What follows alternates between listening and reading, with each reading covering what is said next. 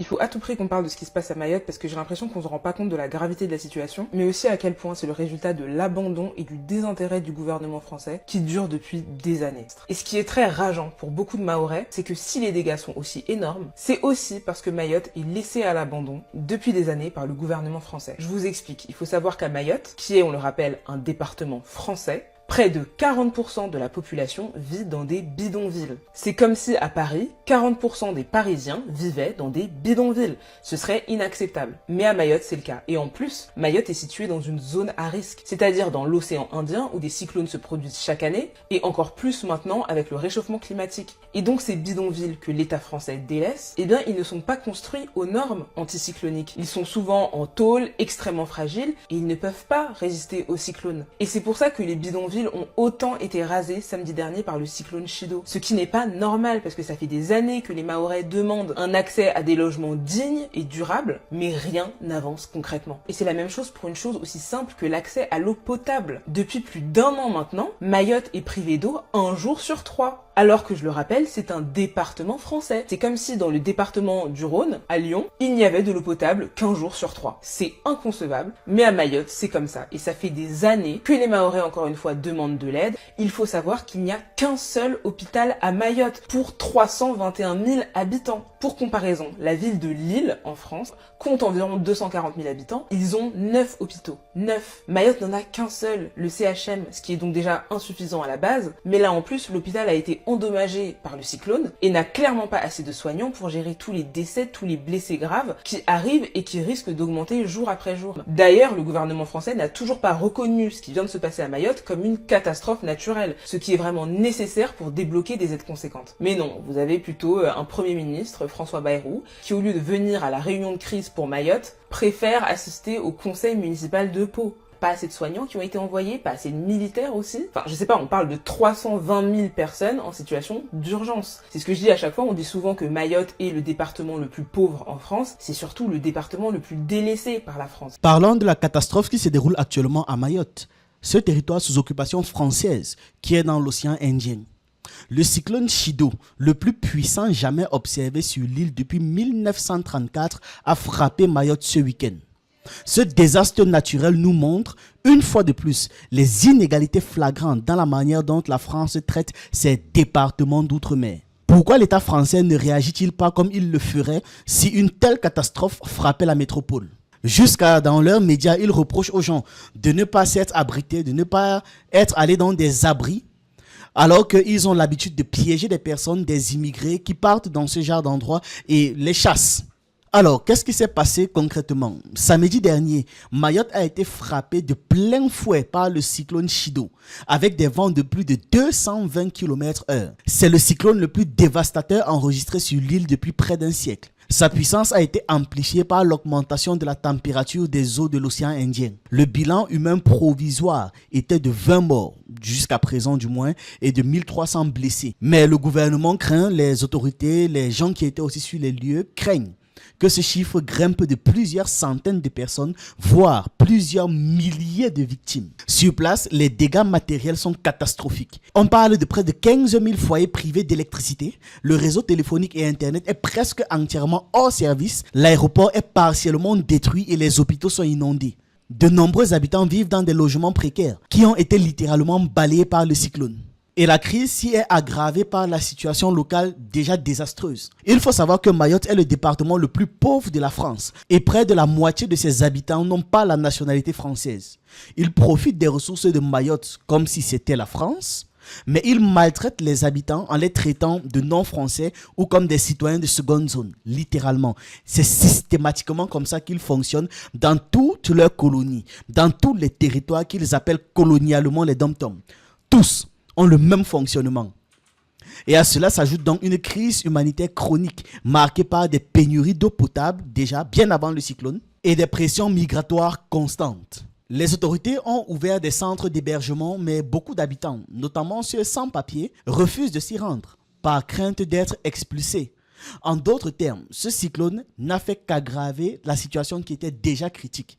Faut pas qu'on fasse comme si c'est le cyclone qui a rendu la situation critique. Non, c'est juste un marteau de plus. J'ai une question et je suis sûr que vous avez la réponse, même si Vous ne voulez peut-être pas parfois le formuler clairement, mais je suis sûr que vous avez la réponse. Pourquoi est-ce qu'il y a une telle lenteur dans la réaction de l'État français, à votre avis?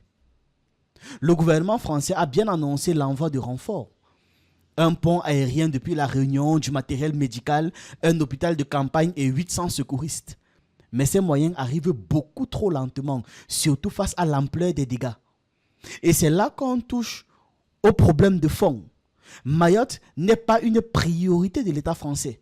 Si une telle catastrophe avait eu lieu en métropole, l'intervention aurait été massive et immédiate. Mais pour Mayotte, il se contente de faire des réunions à Paris et des promesses, ou alors faire des critiques, des insultes, des injures et j'en passe.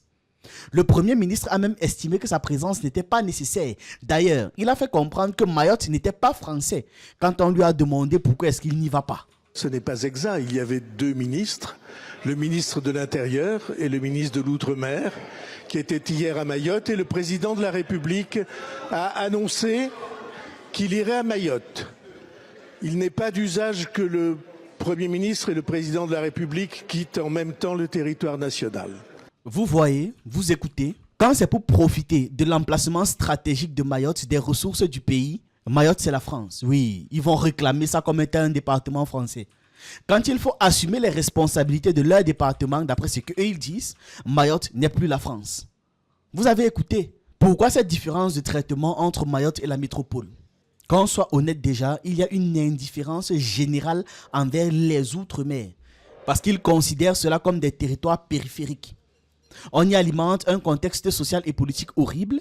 On présente ça aux Français comme étant un poids pour l'État. Et ils vont dire que voilà, c'est en raison de sa pauvreté, de sa situation migratoire, etc., etc. En faisant exprès de ne pas dire qui organise tous ces désordres-là. Donc c'est le même gouvernement qui vous dit que les territoires d'outre-mer sont un poids, qui organise tout le désordre qui est actuellement là-bas. Ce que tous refusent de dire sur Mayotte, c'est à quel point cette terre est stratégique et importante pour la France. Mayotte est une île au cœur de l'océan Indien, mais au centre des enjeux internationaux majeurs. Pauvreté, tensions migratoires, hydrocarbures, rivalité géopolitique et j'en passe. Tout ça là est condensé sur cette petite île. Mayotte, c'est un archipel situé entre Madagascar et l'Afrique, dans le nord du canal du Mozambique. Une position stratégique qui attire l'attention des grandes puissances depuis des siècles. Ça ne date pas de maintenant. Dès le 15e siècle déjà, le canal du Mozambique devient une route incontournable pour le commerce vers les Indes.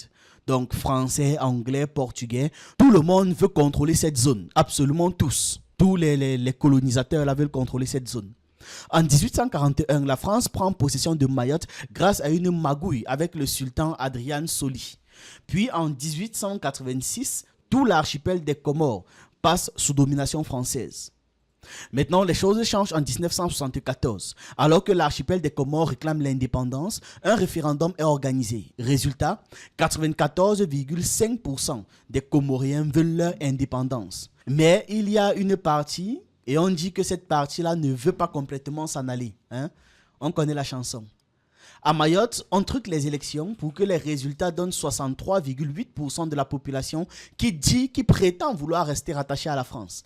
On connaît très bien ce genre de magouille et ce genre de conclusion en Afrique. Et pourquoi est-ce qu'ils ont fait cette magouille-là? C'est parce que Mayotte est un atout stratégique pour la France. Avec Mayotte, les îles Éparses, la Réunion et d'autres territoires de l'Indo-Pacifique, la France revendique le deuxième espace maritime le plus grand au monde. Ce positionnement permet à Paris de rester un acteur clé dans l'océan Indien. Et ce, face à des puissances comme la Chine et l'Inde. Les Comores, jusqu'à présent, continuent de revendiquer leur souveraineté sur Mayotte. Même scénario pour les îles Éparses, contestées par Madagascar et Maurice. Pourquoi? Parce que ces îles et leurs eaux contiennent des richesses inestimables en hydrocarbures. Mayotte est une mosaïque d'enjeux historiques, socio-économiques et géopolitiques. Une île au cœur des tensions et des ambitions internationales. Et la façon dont la France traite Mayotte prouve à suffisance à quel point ils ne considèrent cela que comme un territoire colonisé. Comme un endroit qu'ils peuvent utiliser, que ce soit de manière stratégique, comme source de revenus, de matières premières et j'en passe. Mais jamais ils ne prendraient Mayotte pour véritablement un territoire français. Jamais. Et c'est un truc que l'on doit saisir profondément. Il y a Kémy Séba qui a fait un mot au sujet de Mayotte. Il dit: Mayotte, nous sommes avec toi. Le drame qui se déroule à Mayotte et qui nous déchire le cœur est un avertissement pour la Guadeloupe, la Martinique, la Réunion, la Kanaky, la Guyane. Le gouvernement français a besoin de coloniser ces divers espaces pour son influence géopolitique. Mais comme toujours, ce même gouvernement, dans sa dynamique coloniale, ne se préoccupe jamais assez du sort de ses prétendus citoyens noirs français lorsque ceux-ci sont confrontés à une catastrophe de quelque ordre que ce soit. À ceux parmi les nôtres à Mayotte qui ont cru que l'Élysée les protégerait dès lors qu'ils sont touchés par une catastrophe, nous sommes en pensée avec vous. Le système colonial est par essence un grand trompeur et croire ce système entraîne systématiquement de grandes douleurs. Sachez en tout cas que votre épreuve nous concerne tous et nous faisons tout pour, chacun à notre niveau, essayer de vous apporter notre aide. On vous aime. Voilà, c'est ce que j'avais à partager avec vous dans cette vidéo. Dites-moi ce que vous en pensez en commentaire. J'attends vos avis et vos analyses. Et on se dit à une prochaine fois.